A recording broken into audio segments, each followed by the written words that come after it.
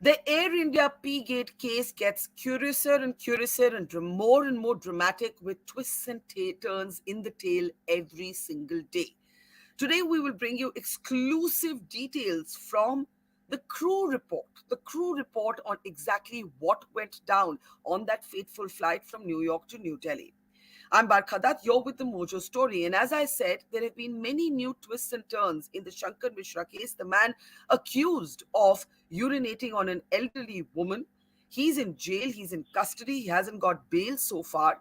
But now there are counter narratives that are also emerging, in particular from the cabin crew and the commander of the aircraft that have filed their report both on the day of the flight when this incident is alleged to have taken place and also subsequently as investigations and internal inquiries begin.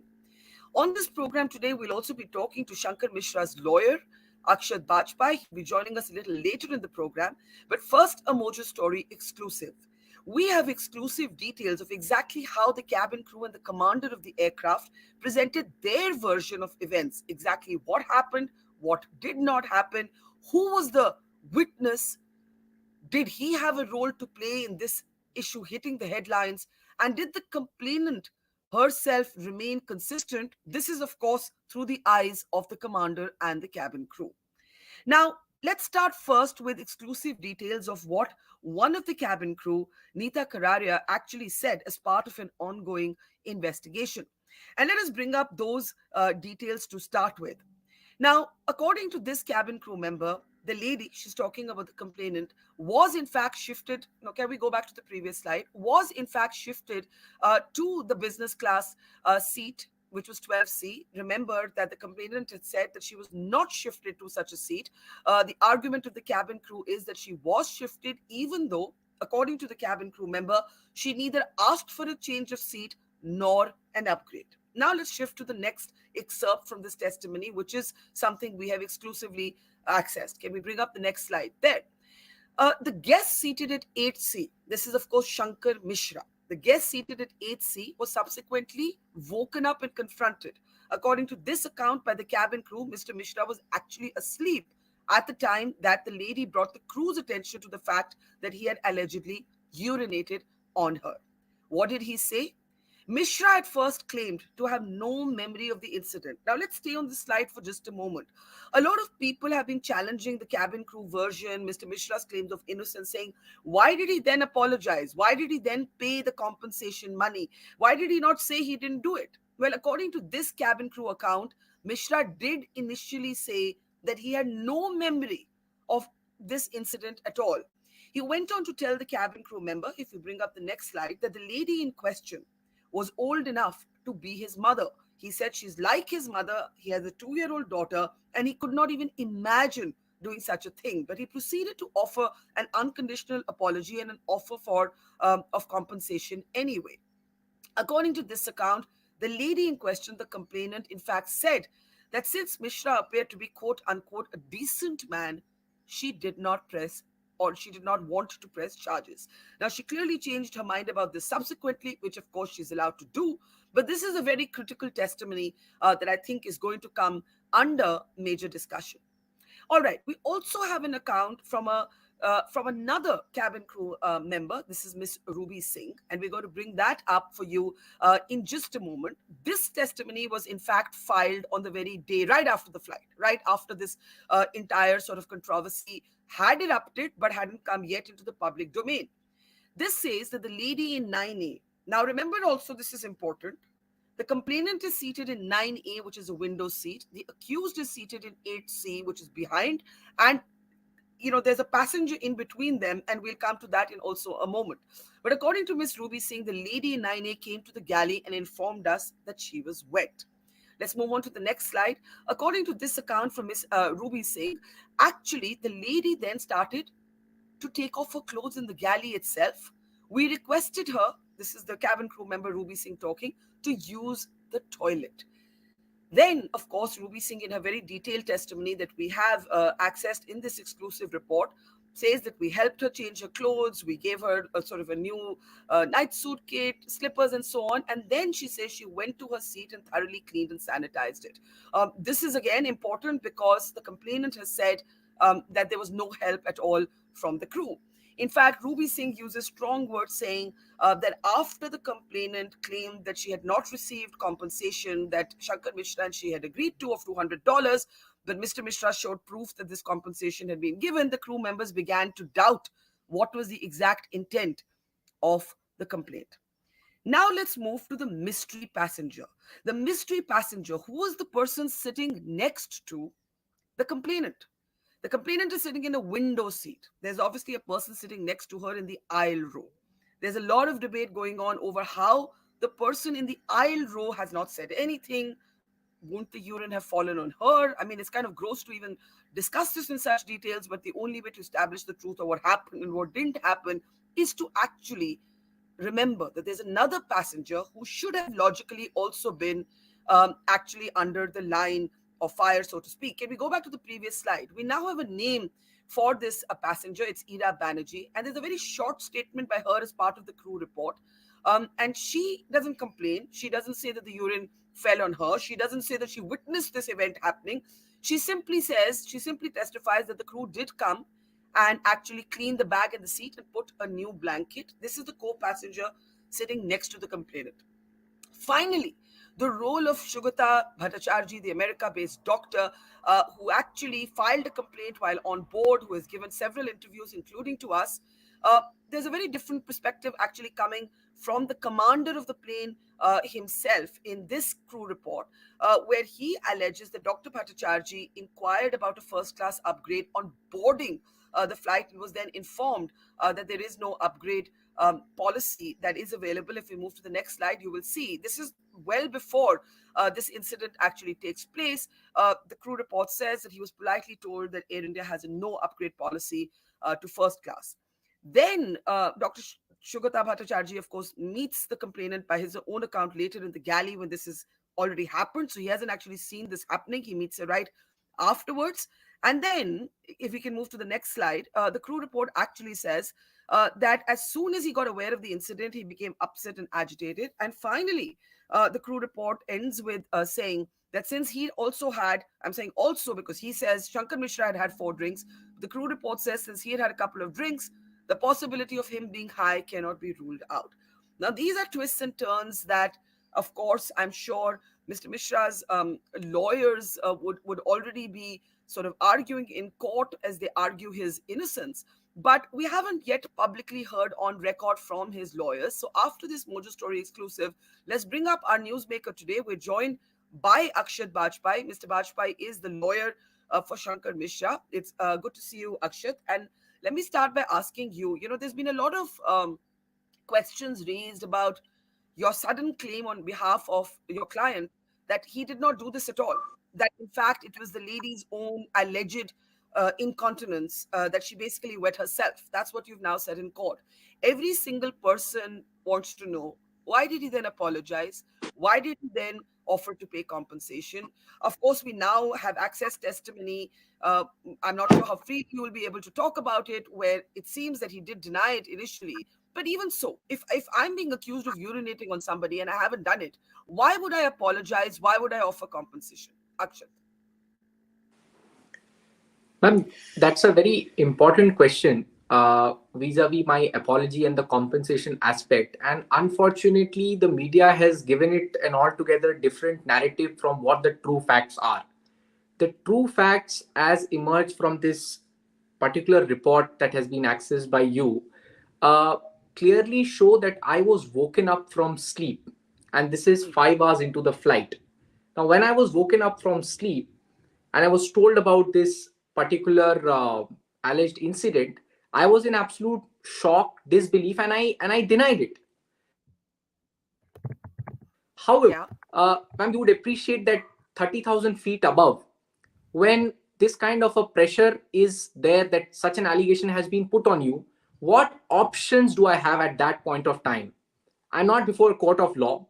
I have a family to take care of. I have a young daughter, and suddenly 2 3 cabin crew are saying that this is what is being alleged, sir. What do you have to say about it?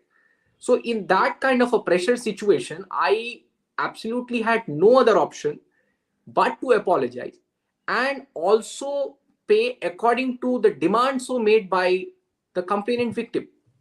Because, ma'am, it is important to read through this particular report. It clearly says that when this was accepted is only when things were But he could closed. have And claimed as innocent. Akshat, he could have said, like he did say, I have no memory yes, of this happening.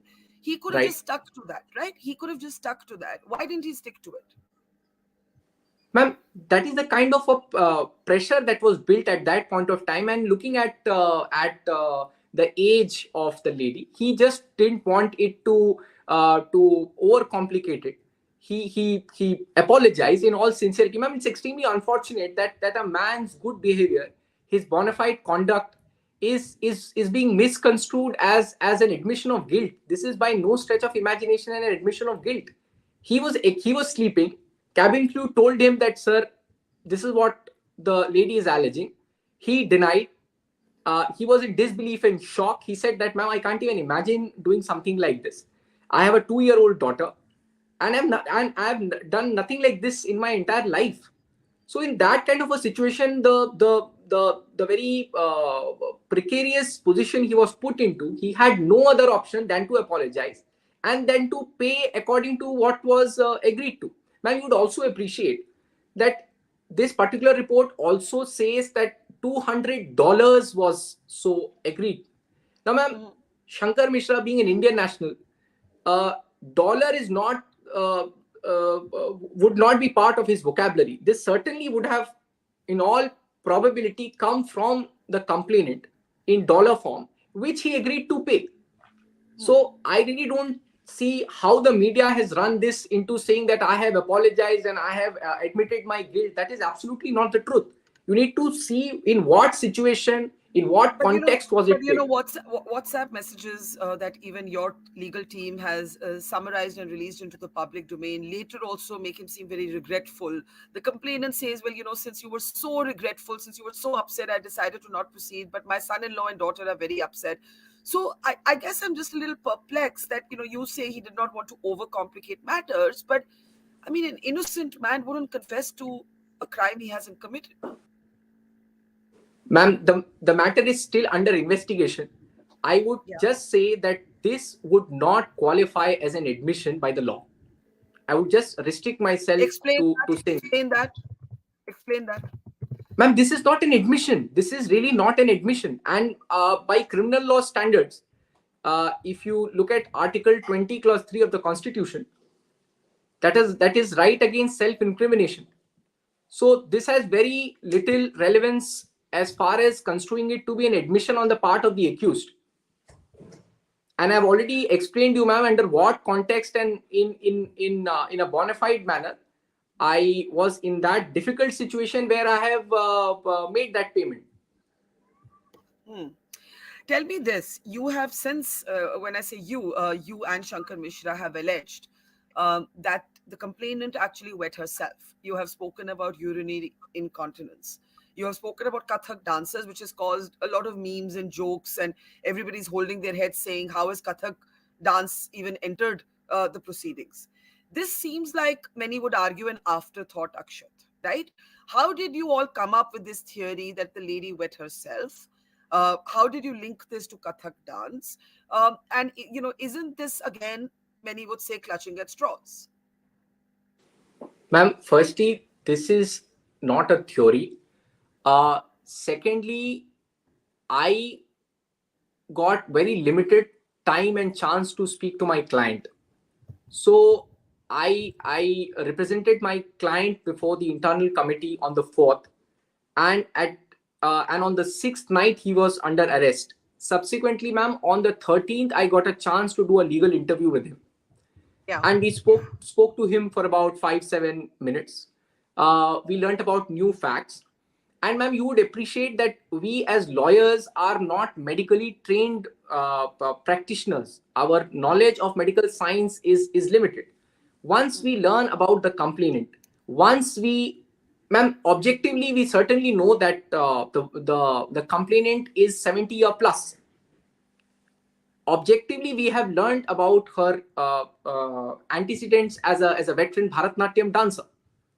So in light of the fact that we are completely innocent, there is certainly a possibility of it being happening, which the police needs to investigate. Because, ma'am, at this stage, when the matter is being investigated, the unfortunate part is that media has already upturned the very fundamental principle of criminal law, which is the accused is innocent until proven guilty. Now, only a But court. the yeah, sorry, go ahead. Go ahead.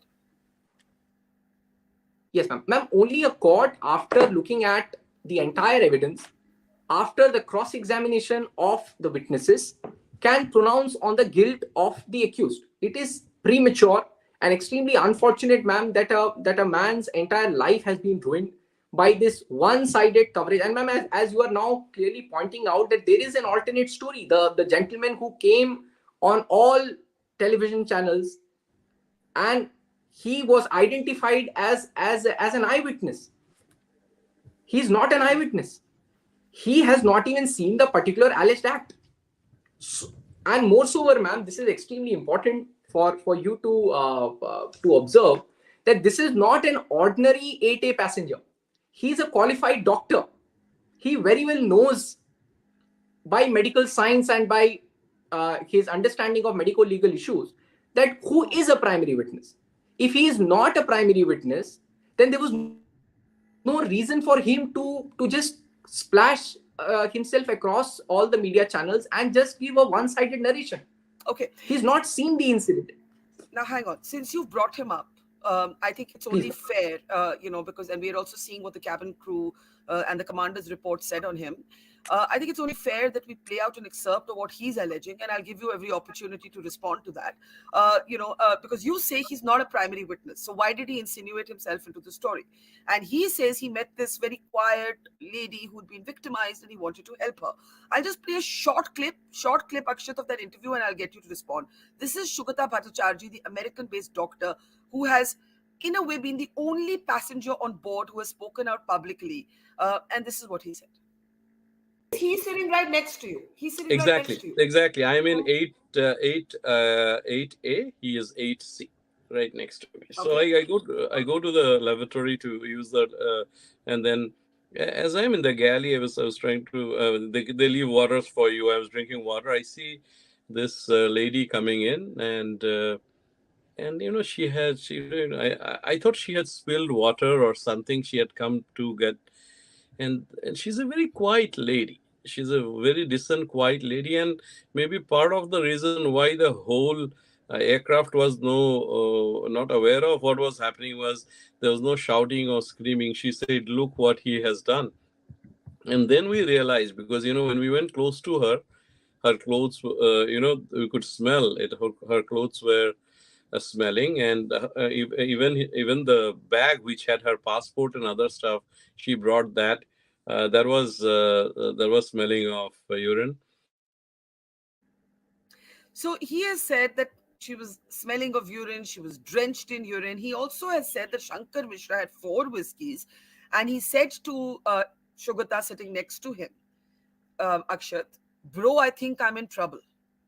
Now, this is being treated as an admission of guilt. You're saying there was no admission of guilt, that apart from his apology and offer of compensation to the lady, this is what he said to Dr. Sugata Bhattacharjee, the witness. What would you say to that? Ma'am, these are one sided, unverified allegations. The very fact that 8A passengers' integrity, what he was doing on board, the report clearly in one of the paragraphs also says that he was loud. So, how the media has given this gentleman's testimony, and specifically saying all sorts of things like, I'm in trouble. Ma'am, all this needs to be verified.